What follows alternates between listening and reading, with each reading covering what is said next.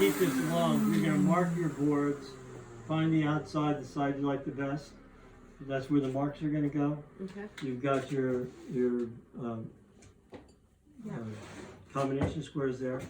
I didn't go deep enough here, right? That's all right. This is a practice piece. Okay. Now, you're going to do that to here. So it looks like we lost